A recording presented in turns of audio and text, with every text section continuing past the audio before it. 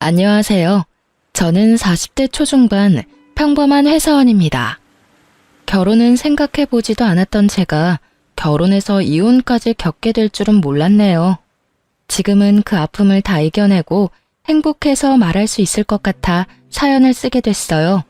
골드미스를 꿈꾸다 이혼까지 하게 된 제 이야기를 여기서 말해볼까 합니다. 저와 남편은 회사에서 만난 사이였어요. 사회생활을 비교적 빨리 시작한 저는 실력을 인정받아 부장까지 빠르게 승진한 케이스였고, 남편은 고시 공부를 하다가 결국 마음을 접고 회사에 입사한 케이스였죠. 처음 만난 건 남편이 대리였을 때였습니다. 저는 자기 관리를 잘하는 능력 좋은 골드미스로 회사에서 꽤 많은 남자의 고백을 받았지만 결혼은커녕 연애도 생각하지 못했어요. 일을 너무나 사랑하기도 했지만 제가 생리불순이 심각했고 그로 인해 배란도 일정치 않아 아이가 생기기 힘든 몸이라는 진단을 받았었거든요. 이런 상황들을 만나는 사람에게 설득하고 싶지도 않았고 그렇게 할 만한 남자를 만나지도 못했습니다. 당시의 남편은 키도 훤칠하고 사교성도 좋은 사람이었어요. 저 부장님, 곧 퇴근하실 시간인데 저녁 같이 어떠세요? 아, 퇴근. 먼저 퇴근하세요. 나는 할 일이 더 남아서. 부장님, 일하시더라도 식사는 하셔야죠. 저랑 같이 저녁 드시고 일하시죠? 그래요. 밥은 먹어야 하니까. 남자를 만날 생각이 없다고 하더라도 굳이 오는 남자를 다 막아야겠다는 생각은 아니었고 호감형의 남자를 마다할 이유도 없다는 생각이 들더라고요. 가볍게 저녁 한 끼 정도야 부하 직원과 할 수 있는 거라는 생각도 들었고요. 부장님, 네? 부장님은 왜 연애 안 하십니까? 내 일만 하기에도 하루가 짧고 난 일이 좋으니까요. 그리고 사적인 대화는 자제하죠. 저는 부장님이랑 사적인 대화도 꽤 하고 싶은데요. 네? 이 대리, 이런 얘기하려고 저녁 먹자고 한 거라면 저는 일어나 볼게요. 사적인 대화가 꼭 남녀 간의 대화만 있는 건 아니잖아요. 친구도 안 되나요? 글쎄요. 직장 상사와 친구로 지내는 게 가능할까요? 가능한지 한번 보시죠. 그래도 퍽퍽한 세상에 내 마음 터놓을 사람 있으면 나쁠 것 없지 않을까요? 남편의 청산유수 같은 말에 홀린 듯 그렇게 남편과 가까운 사이가 되었고 그 인연은 반복되어 연인으로 이어졌습니다. 연인이 되었다고 한들 제 생각에는 변함이 없었죠. 제가 아이를 갖기 힘들다는 건 여전히 변함없는 사실이었으니까요. 자기야, 우리 이제 결혼 얘기할 때도 되지 않았나? 얘기했잖아. 나는 결혼 생각 없고 연애만 하기로. 그래서 동의하고 만나는 거 아니었어? 알지. 무슨 말인지 아는데 정작 자기가 아프면 내가 보호자가 되어줄 수 있잖아. 결혼하면 좋은 것도 있는데 왜 무작정 싫다고만 하는 거야. 남편의 말에 마음이 흔들리더군요. 부모님이 돌아가시면 외동인 제가 의지할 수 있는 사람은 남편밖에 없었습니다. 막상 제가 아플 때 부모님이 속상해하시던 걸 생각하니 더 마음이 좋지 않았고요. 제가 혼자 남을 것을 매일 걱정하던 부모님이었습니다. 결혼 하기가 그렇게 싫어? 알잖아. 애 가지기도 힘들고 그런 걸로 흠잡히고 싶지도 않고. 아이가 결혼의 전부는 아니야. 너만을 사랑해줄 남자도 얼마든지 있을 거야. 나 혼자서 잘 살 수 있는데 뭘. 에이, 엄마 아빠 걱정이나 하셔. 우리야 노후 준비도 다 끝냈고 너 아니면 이렇게 걱정할 일도 없다. 너만 잘 살면 우리는 아무 걱정 없어. 그러지 말고 잘 생각해봐. 우리가 평생 사는 것도 아니고 우리 없으면 너 혼자 남을 생각하지? 엄마 정말 속상해서 잠을 잘 수가 없어. 왜 너처럼 잘난 애가 혼자 살려고 하는 거야? 아이를 아예 못 갖는 것도 아니고 힘들다는 얘기지 않니? 혹시 모르는 거니까. 아빠, 나 이미 생각 확고해요. 그만 얘기하세요. 아이를 가질 수 없다는 이유 하나로 혼자 살겠다고 씩씩한 척 살아가는 제가 항상 마음에 걸린다던 부모님의 말씀이 머리에 스쳤습니다. 나 할 말 있어. 듣고 나서 나랑 헤어지겠다고 해도 붙잡지 않을게. 당신 선택 존중할게. 무슨 얘기인데 이렇게까지 얘기해? 나 생리 일정하지 않은 거 당신도 알지? 알지. 어쩌다 건너뛸 때도 있고. 그렇다는 건 알고 있었어. 병원에서도 아이 갖기 힘들 거라고 하더라고. 그래? 그렇구나. 그래서? 그래서라니? 당신이랑 결혼하면 우리 이제 뭐 아이와 행복한 가족 그런 거 못할 수도 있다는 얘기야. 너랑 나 둘만 보고 살아야 할 수도 있다고. 그리고 너희 어머님도 내가 아이 갖지 못한다고 하면 달가워하지 않으실 거야. 자기랑 나 둘만 보고 살면 되지. 엄마? 내가 설득할게. 그리고 나도 이 나이까지 장가 못 가고 있으니 제발 장가만 갔으면 좋겠다 하는 분이셔. 걱정하지 마. 막상 그렇게 말하셨어도 결혼하면 손주 바라는 건 당연한 마음 아니시겠냐는 거지. 나 못 믿어? 내가 다 책임질게. 내 탓이라고 할게. 난 진짜 자기만 있으면 돼. 저 하나면 된다는 남편의 말에 결국 굳건했던 마음이 흔들렸고 저희는 결혼하기로 했습니다. 시어머님께도 제가 아이를 쉽게 가질 수 없는 몸이라는 것에 대해 알리고 결혼을 했습니다. 이런 상황도 솔직하게 말씀드리는 게 가족이 되기 위해서는 당연한 거라고 생각했어요. 남편 말대로 결혼조차 생각 못했던 아들인데 잘 부탁한다고 말씀하시며 결혼을 허락해 주셨습니다. 신혼생활은 회사 근처의 자가에서 생활을 하고 있던 제 명의의 아파트에서 시작하기로 했습니다. 남편이 모아놓은 돈이 별로 없다더군요. 어차피 남편의 경제 상황을 아예 모른 것도 아니었고 제가 넉넉하니 상관없다고 생각해서 큰 문제는 아니었습니다. 저보다 일을 늦게 시작했으니 당연한 듯도 했지만 혹시나 다른 이유가 있나 궁금해 물으니 얘기해 주더라고요. 남편에게는 14살 차이 나는 여동생이 있었습니다. 시아버님은 남편이 고등학생 때 사고로 돌아가셨고 남편이 가장 노릇을 해왔다고 하더라고요. 고시 공부하는 동안 공부 뒷바라지로 고생하는 어머님을 보며 더는 안 되겠다는 생각에 취업을 하게 되었고 그 회사에서 자신의 능력으로 올라가는 저를 보며 동경 그 이상의 감정을 느끼게 되었다고 했습니다. 회사에서 번 돈으로 집 생활비, 동생 용돈, 그리고 대학교 학자금까지 모두 감당했다더라고요. 오히려 가족을 위해 묵묵히 책임지는 가장의 모습이 저에게는 더 좋은 모습으로 다가왔습니다. 그 모습이 저에게 독이 될 거라고는 생각도 못했으니까요. 신우이는 영락없이 제 남편의 딸처럼 행동했습니다. 14살 차이라는 큰 나이 차이 때문도 있지만 아버지의 역할을 해왔던 남편에게 의지하는 듯도 보였습니다. 대학 생활을 시작하며 독립해서 살고 있던 신우이가 어느 날 배가 불러 찾아왔습니다. 오빠. 너 이게 뭐야? 배가 왜?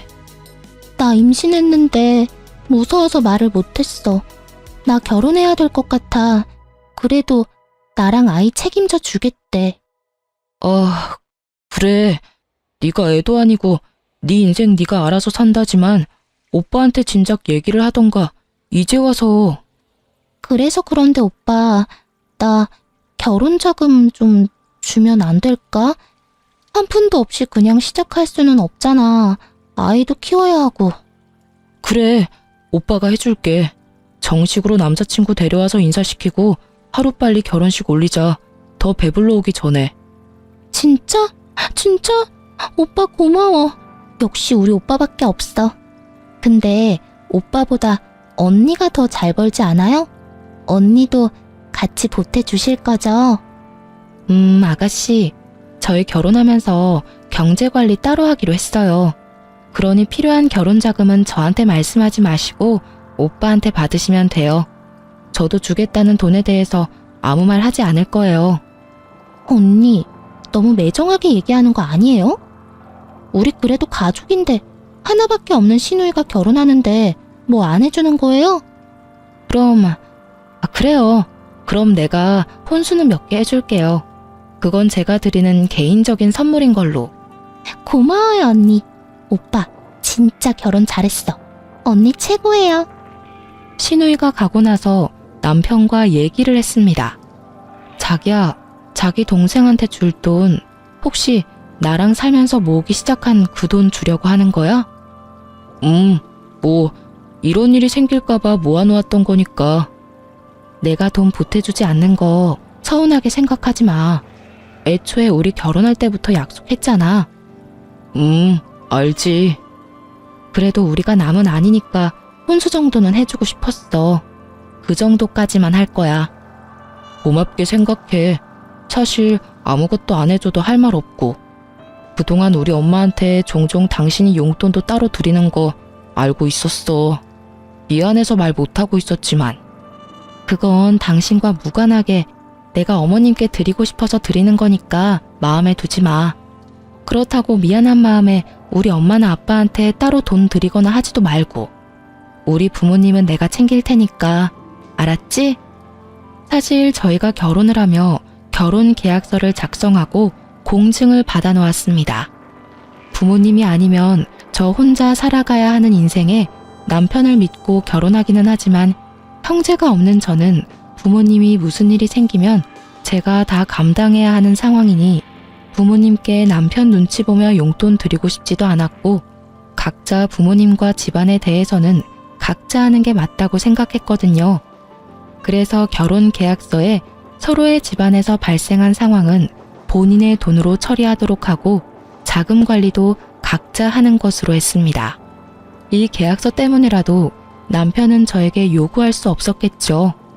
시댁의 문제 때문에 우리 집에 경제적 무리가 오는 것도 안 된다고 딱 잘라 말했고 남편도 그에 대해 동의했습니다. 남편은 본인이 모아놓은 돈 5천만 원을 모두 신우이에게 결혼자금으로 주었고 신우이는 저와 남편이 해준 돈과 혼수로 결혼 생활을 시작했습니다. 여기까지는 문제라고 생각하지도 않았어요. 그럴 수 있는 일이라고 생각했죠. 문제는 그 다음이었습니다. 결혼한 신우이가 아이 낳고 1년 만에 이혼하고 집으로 돌아왔더라고요. 어이가 없었습니다. 아이는 남편에게 주고 왔다면서 늘어놓는 말이 가관이더라고요. 누구는 낳고 싶어도 낳지 못하는 아이를 신우이는 거추장스럽다는 듯이 표현했어요. 애 때문에 나는 집에 묶여있는데 그 자식은 맨날 나가고 내가 참는데 한계가 있지. 애도 네가 키우라고 하고 나와버렸어. 이혼했으니 나도 내 삶 살 거야. 애한테 묶여서 내 인생 그렇게 버릴 수 없어. 이 철딱선이 없는 거사. 아무리 그래도 엄마가 애를 놓고 나오니. 내가 돈을 버는 것도 아니고 어떻게 무작정 애를 데리고 나와. 그리고 애 데리고 나오면 누가 나랑 결혼하고 싶어 하겠어? 이혼녀 딱지도 짜증나는데. 너 오빠가 너한테 해준 결혼자금 쉽게 줬다고 생각해? 너 행복하게 잘 살았으면 해서 다 털어준 건데 이게 지금. 그건 나도 미안하게 생각해. 그런데 오빠한테 미안하다고 내 인생을 망칠 수는 없잖아. 이왕 이렇게 된 거 알바라도 하면서 본인 인생 어떻게 살지 잘 생각해 보세요. 오빠한테 지원을 바란다거나 그러지 마시고. 언니, 제가 언니한테 뭐 해달라고 했어요? 언니가 왜 그렇게 얘기해요? 오빠도 아무 말 안 하고 있는데. 어디서 대들어. 네가 잘한 게 뭐가 있다고.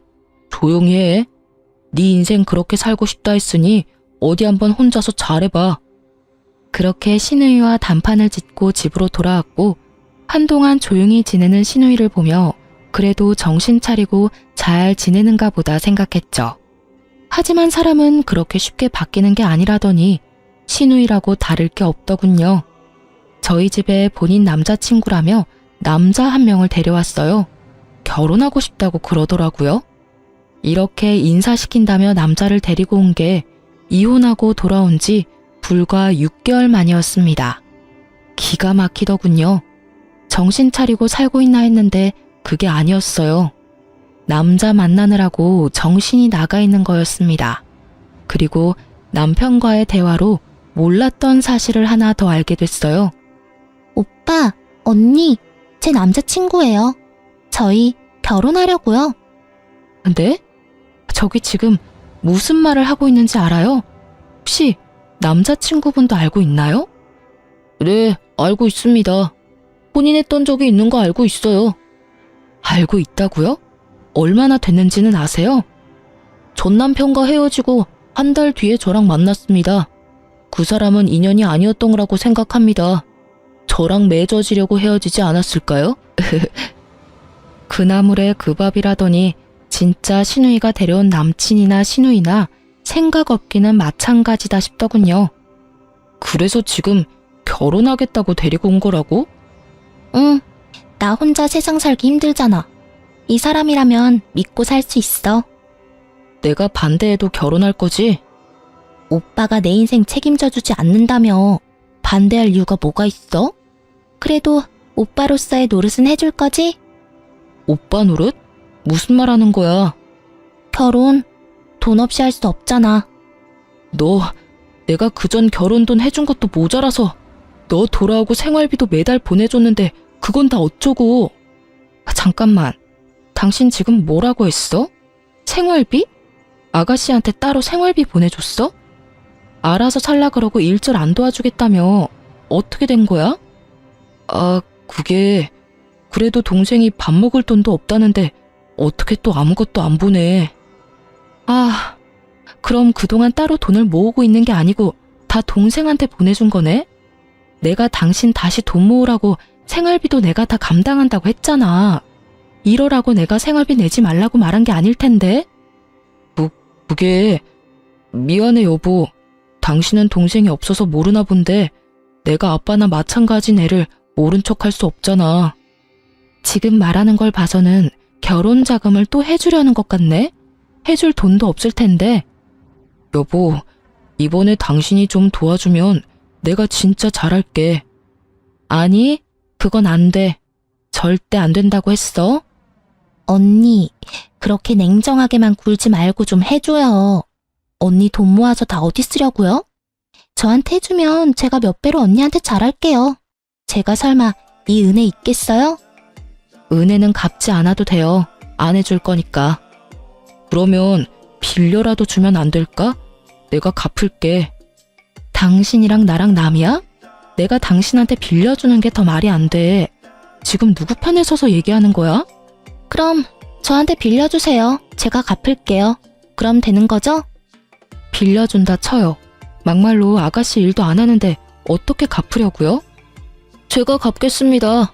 결혼 자금 저랑 결혼한 데 쓰는 거니 제가 갚겠습니다. 그렇게 말씀하시는 거 보니 그쪽도 딱히 모아놓은 돈이 없나 보네요. 아, 제가 사업 준비 중이라 자금 융통이 좀 어려워서. 이자까지 쳐서 갚을 테니까 제 남친한테 그렇게 말씀하지 마세요. 그래요? 그럼 이럴 거 없네요. 알았어요. 빌려줄게요. 대신 차용증 받을게요. 그 차용증 공증도 받아놓을 거고요. 그렇게까지 해야 해요? 왜요? 안 갚을 거 아니잖아요. 갚는다고 했잖아요. 그럼 상관없지 않나요? 아, 알겠어요. 쓸게요. 쓰면 되잖아요.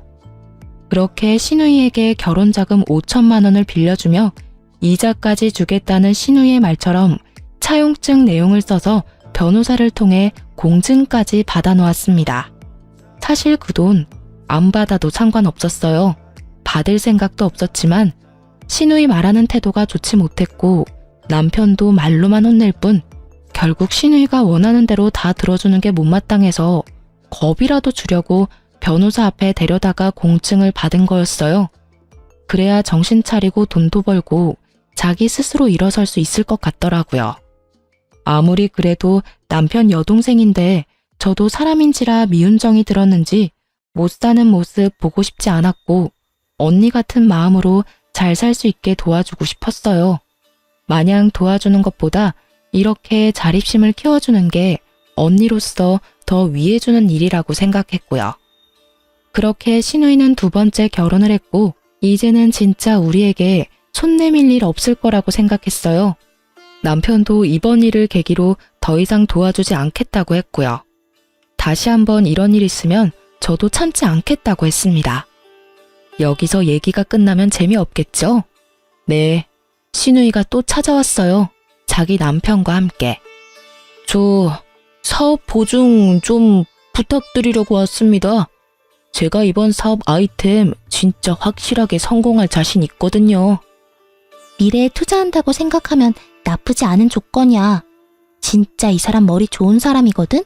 오빠, 이 사람 믿고 보증 한번 서줘. 내가 결혼하면서 보증은 서주지 말자 약속하고 결혼했어. 이건 절대로 안 돼. 돌아가. 아, 오빠. 오빠한테도 좋은 거라니까. 보증만 서주면 이 사람 사업 시작할 수 있고 진짜 잘 될 거라고. 믿어달라니까. 여기 사업 계획서도 가지고 왔습니다. 투자라고 생각하시고 한번 봐주세요. 볼 것도 없고 해줄 생각도 없어요. 돌아가요. 단호한 남편의 모습에 조금은 안심했습니다. 신우이야 정신 못 차리는 게 하루 이틀 일이 아니니 또 시작이구나 하고 싶었지만 남편은 그래도 나랑 헤어질까 무섭긴 한가 보다 했어요. 하지만 아니더군요. 저 몰래 따로 만나 신우 남편 보증을 서줬더라고요. 비밀은 그렇게 오래가지 못하고 발각됐습니다. 내가 보증만은 절대로 안 된다고 했잖아. 그것도 모자라서 나 몰래 해줘? 차라리 대놓고 해준다고 하지. 이제 나를 속이고 몰래 해준다고? 내가 앞으로 당신을 뭘 믿고 살아? 자꾸 찾아와서 해달라고 하니까 더 거절을 못하겠더라고. 아, 이건 나랑 헤어진다는 의미로 받아들여도 되지? 지금 이혼하자는 거야? 이게 이혼 얘기까지 나올 일이야? 지금은 내가 너무 화가 나서 당신 보고 싶지도 않고 얘기해봤자 좋은 소리 안 나와. 나가. 이 집에서 나가라고. 진짜 잘 생각하고 얘기해. 우리 둘 일도 아니고 고작 보증 서준 거로 이혼이라니. 고작? 고작이라 그랬어? 이건 우리 신뢰의 문제야. 생각할 시간이 필요해. 나가줘, 이 집에서. 남편은 집을 나가 시어머니 집으로 향했는지 곧장 시어머니께 전화가 왔습니다. 애미야, 여동생네 보증 하나 서줬다고 이혼이라니? 이게 말이니? 가족끼리 보증 그게 뭐 못할 일이라고 이렇게까지 한다니?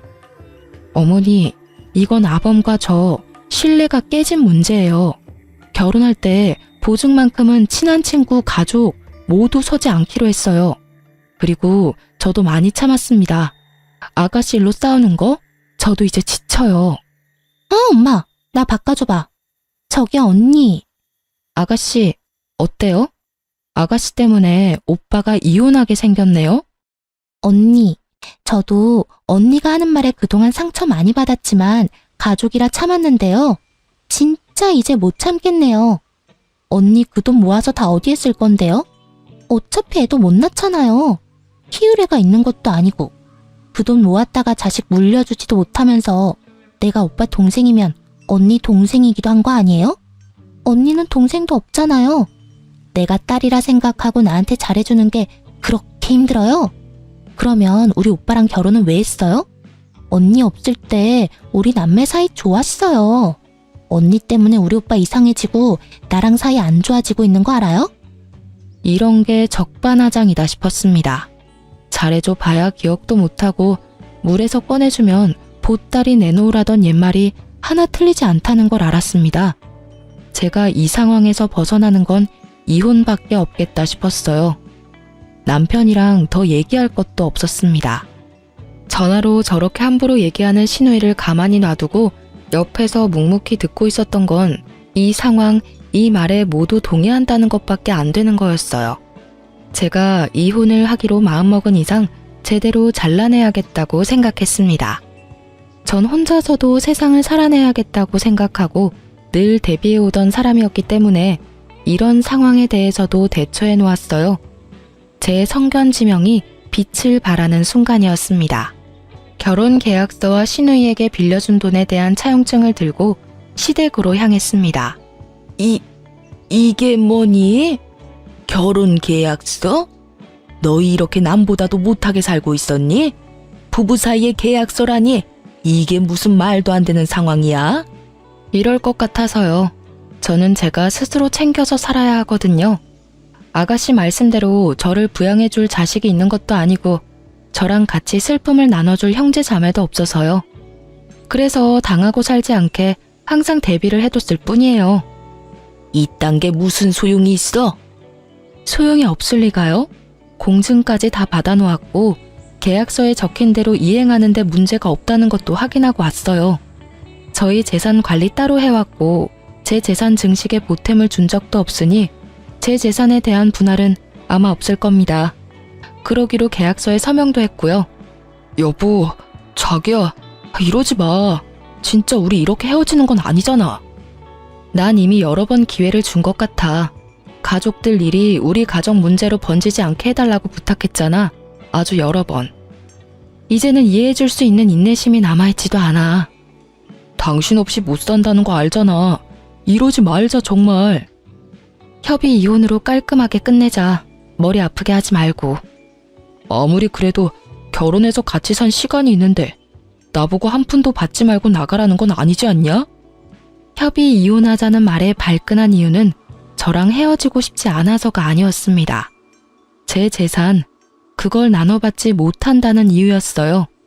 저를 사랑해서 저를 놓지 못하는 게 아니었습니다. 이때까지 내가 알던 사람이 맞나 혼란스러웠고 머리를 한 대 맞은 것 같은 충격까지 오더군요. 솔직히 제가 헤어지겠다고 하면 가족을 버리고라도 저와 살겠다고 할 줄 알았거든요. 자기가 아무리 퍼져도 밑 빠진 독처럼 오빠한테 바라기만 하는 시누이, 그리고 그 시누이마저 안타깝다는 생각으로 오히려 아들에게 요구하는 시어머니, 그 사람들을 두고 저를 선택할 거라고 생각했어요. 적어도 전 그 사람에게 피해를 주지도 않았고 시댁 식구들만 아니라면 저희 사이에는 그 어떤 문제도 없다고 생각했거든요. 그런데 막상 끝까지 간이 나오는 말은 제 재산을 나눠주지 않는 건 좀 열받는다는 말. 정신 차려야겠다 싶었습니다. 내가 이런 사람을 믿고 살려고 했다니. 이 사람에겐 내 재산 한 푼도 아깝다. 절대로 빈틈을 보이지 말아야겠다. 그 어떤 동정도 절대 하지 않을 거라 다짐했습니다. 당신이 내 재산에 보태준 게 뭐가 있어? 오히려 내가 당신한테 보태주지 않았나? 이런 식이면 당신 동생한테 빌려준 돈, 이것도 차용증 있는 거 알지? 이것도 받아낼까? 당신 봐서 이건 안 받고 헤어지려 했는데 이런 식이면 이것까지 그냥 다 받아내고. 아이 진짜. 제 할 말을 다 하니 남편은 소리 지르는 것 말고는 아무 말도 못 하더라고요. 그렇겠죠. 할 말이 없을 수밖에요. 만약의 경우 최악의 수를 생각하여 준비했던 것이 도움이 될 날이 오리라고는 상상도 못했는데 역시 믿을 건 저 자신밖에 없다는 생각이 더욱 확고해졌습니다. 결국 남편은 협의 이혼 합의서에 서명했고 이혼을 진행하게 되었습니다. 제 재산을 건드리지 않는 이상 소송을 할 이유도 없었고 이혼에 제 에너지를 소비하고 싶지도 않았습니다. 그래도 이 상황에 무난하게 이혼하게 되었다는 생각으로 지내고 있었어요. 그런데 이 사람 저한테 속인 게 하나 더 있더군요. 변호사가 남편 재산을 파악하는 와중에 발견한 게 있다며 연락이 왔습니다. 저에게 말하지 않고 구입해둔 소형 건물이 있다고. 제가 시누이 혼수를 해주고 시누이 재혼 비용을 빌려주는 동안 남몰래 자기 앞으로 건물을 사두며 결국 나보다 더 재고 따진 건 남편이었구나. 그 생각에 눈물이 앞을 가렸습니다. 이 사람 나밖에 믿을 사람이 없다더니 나를 제일 못 믿고 살았구나. 심지어 이 건물을 시어머니 명의로 바꾸려 했나 보더라고요. 혹시 모르니 변호사가 가압류부터 걸어놓자 했었는데 이래서 전문가의 도움이 필요하구나 싶었습니다. 저를 바보로 알았나 봐요. 이 정도로 허술하게 재산을 은닉한 걸 보면요. 남편은 당연히 시어머니 명의로 변경하지 못했고 이에 대해 재산 분할 청구를 했습니다. 괘씸한 마음이 들어 시누이에게 빌려주었던 돈도 강제 집행을 요청했고 그 돈까지 모두 받아냈습니다. 그러자 가만히 있던 남편 쪽에서 연락이 오더라고요. 당신 동생한테 쓴 차용증 빌미로 강제 집행해서 그 돈을 결국 다 받아갔더라? 참 당신 인정머리 없는 줄은 알았지만 사람이 못됐다 정말. 우리가 지금은 이 지경이어도 가족으로서의 정이라는 게 있는데 이런 식으로 나와? 나라고 아무것도 몰라서 가만히 있었던 줄 아나 봐? 참 말 한번 뻔뻔하게 한다. 우리가 가족이라고? 가족이어서 건물 있다는 것도 속이고 네 여동생이 잘못돼서 이렇게 된 우리 상황 생각 안 하고 나한테 인정머리 없다고? 그래, 네가 아는 게 뭐길래 이렇게 말하나 한번 드러나 볼게. 너만 변호사 있는 줄 아냐? 나도 변호사 있거든? 장인어른이 준 돈이 있다는 얘기도 안 했더라? 야, 너도 그렇게 철저히 숨겼으면서 나를 욕할 입장은 아닌 것 같은데? 그 돈, 우리 부모님이 본인들 혹시나 안 좋은 일 생기면 그때 쓰라고 주신 비상금이야. 본인들 나중에 장례식 때 쓰라고 준 비상금이나 마찬가지라고. 내가 쓸 돈도 아니고 그래서 너한테 말할 이유도 없고 한두 푼도 아니고 그 큰 돈을 말 안 하고 있었던 이유로 참 좋은 이유 든다. 내가 그 돈 가만히 두나 봐. 나도 재산 분할 청구 소송할 거야. 어디 한번 해보자고. 맘껏 해봐. 능력 있는 변호사 쓰고. 하긴 능력 있는 변호사 썼으면 지금 나한테 이렇게 전화해서 말하는 짓이 얼마나 멍청한 짓인지 알았겠지. 변호사 말이 부모님께서 증여해준 돈은 재산 분할 대상에 해당하지 않는다더군요. 만약 건물을 구입해서 그 건물값이 올라갔다거나 주식을 사서 재산이 증가했다면 분할 대상이 됐을 수도 있지만 단순히 증여받은 돈 자체를 분할 요청할 수 없다고요. 어차피 건드릴 생각도 없는 돈이었지만 부모님도 혹시나 하는 마음에 그냥 비상금으로 두고 있으라고 하셨었거든요. 결국 남편의 재산 분할 요청은 받아들여지지 않았습니다. 본인의 건물값이 구입했을 때보다 꽤 올라 저는 많은 재산 분할을 받게 된 것에 비해 본인은 받은 게 없으니 열이 꽤 받았는지 핸드폰에 불이 날 정도로 전화를 해대더군요. 받아봤자 들을 말 뻔했고 하고 싶은 말도 없던 저는 다시는 연락하지 말라는 문자와 함께 번호를 차단했습니다. 그렇게 남편과는 더러운 꼴을 다 보고 이혼하게 되었습니다. 이혼 후에도 계속 같은 회사에 근무했던 저와 전 남편은 듣고 싶지 않아도 서로의 소식을 들을 수밖에 없었습니다. 한동안 눈치 보며 저에게 남편 얘기를 하지 않던 직원들이었지만 아무리 쉬쉬해도 들리더라고요. 서로 같은 회사 근무하고 있다고 하더라도 근무 부서가 달랐고 근무 층수도 달랐기 때문에 마주칠 일은 많지 않았습니다.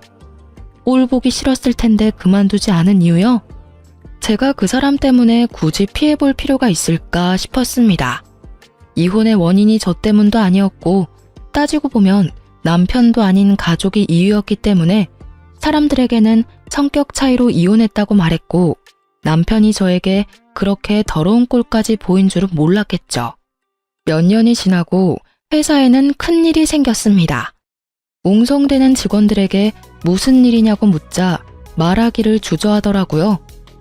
무슨 일인데 이 난리야? 아, 그게 부장님, 뭔데? 큰일이야? 재무부 직원이 공금 횡령을 했대요. 횡령?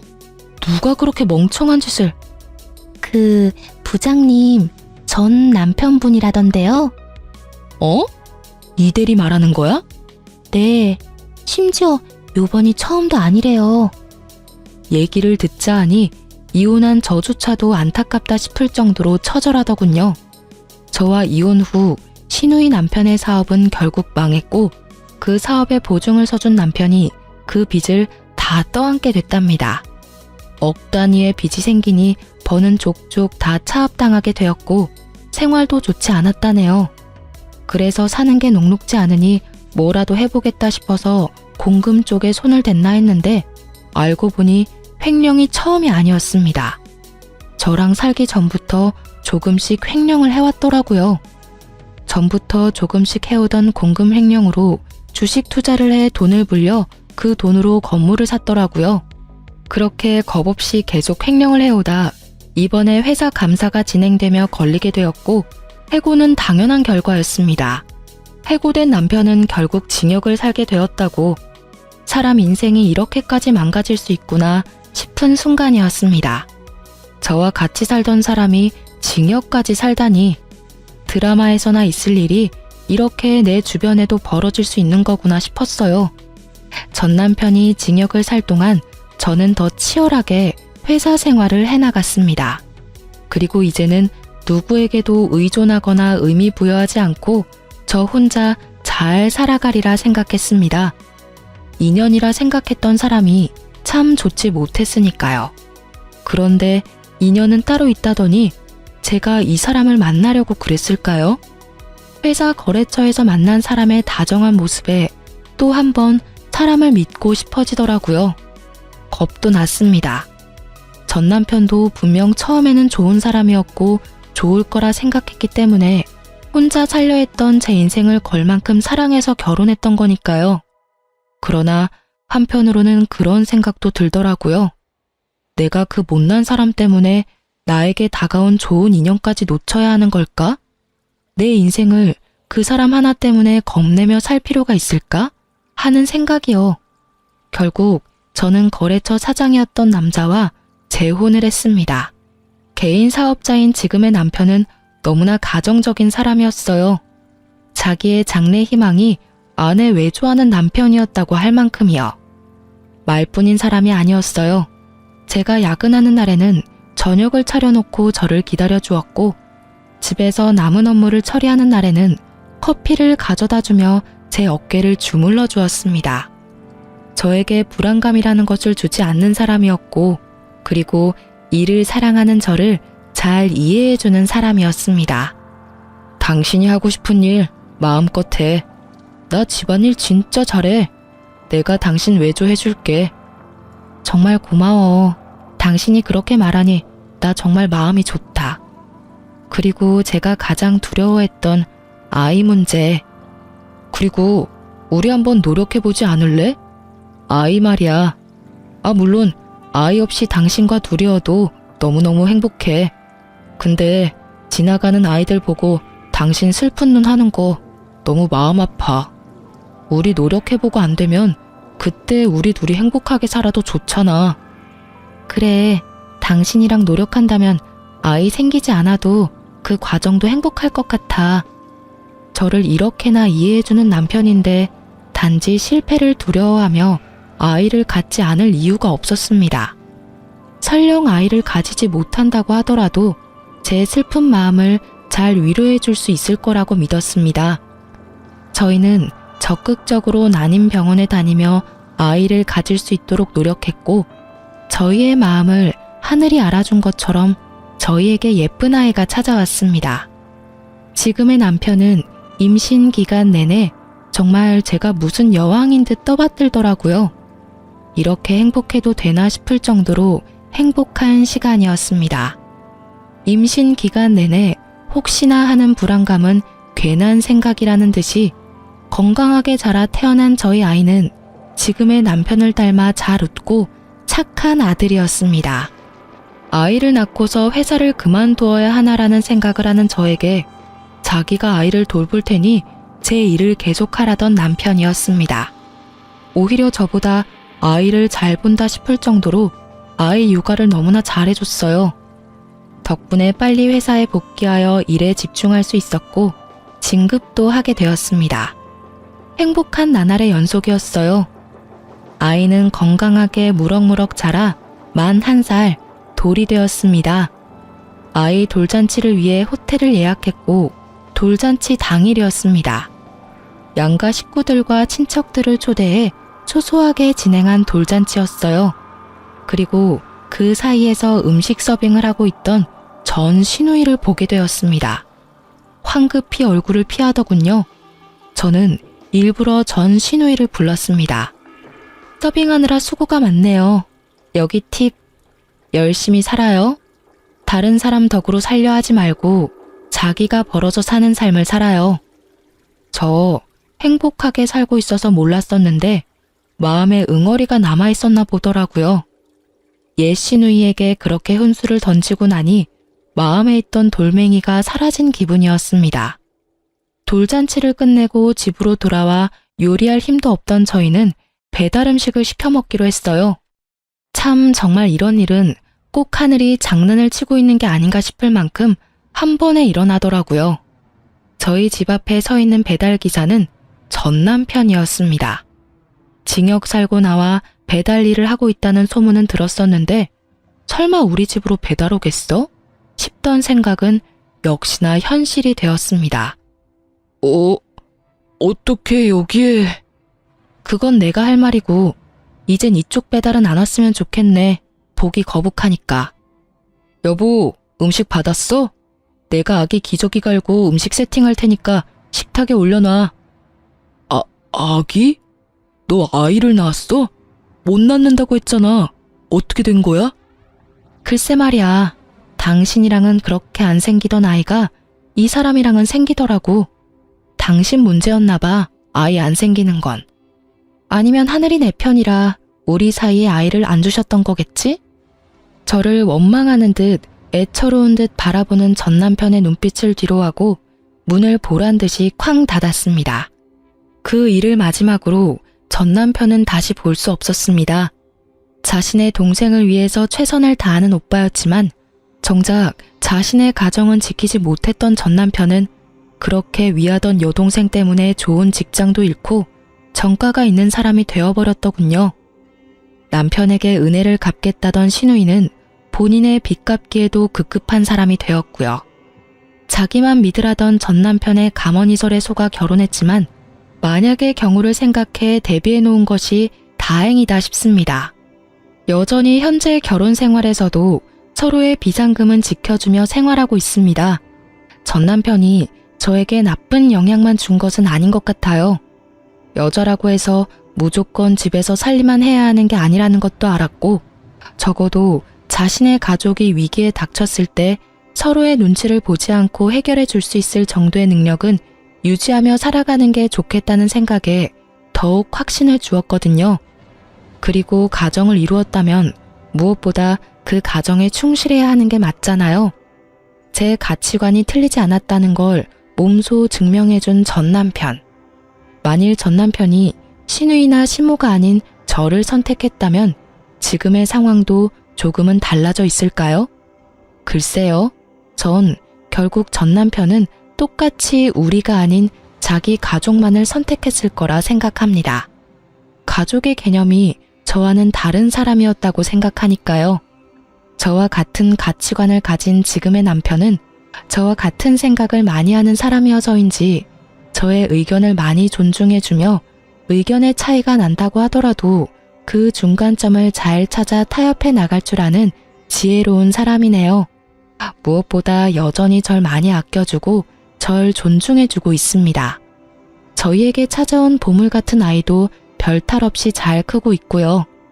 인연이 아니라면 놓을 줄도 알아야 진짜 좋은 인연을 잡을 수 있다는 걸 알았네요. 인연과 함께라면 기적이 일어날 수 있다는 것도요. 제가 계속 시누이와 시댁을 향해 희생하다 못해 저에게까지 같이 희생하기를 강요하는 전 남편과 같이 살았다면 지금의 이런 행복한 삶은 살 수 없었겠죠. 맞지 않는 부분은 맞춰 나가는 게 부부이지만 그 부분이 너와 내가 아닌 다른 가족들에 의한 것이라면 끊어내지 않는 한 힘들 수 있을 것 같습니다. 저의 경우처럼요. 언젠가 나아지겠지라는 생각으로 참기보다는 본인을 위한 선택을 하는 게 좋지 않을까 생각해 봅니다. 여러분, 날씨가 갑자기 추워졌네요. 항상 따뜻하게 입으시고 건강 조심하세요. 기나긴 제 이야기 들어주셔서 감사합니다.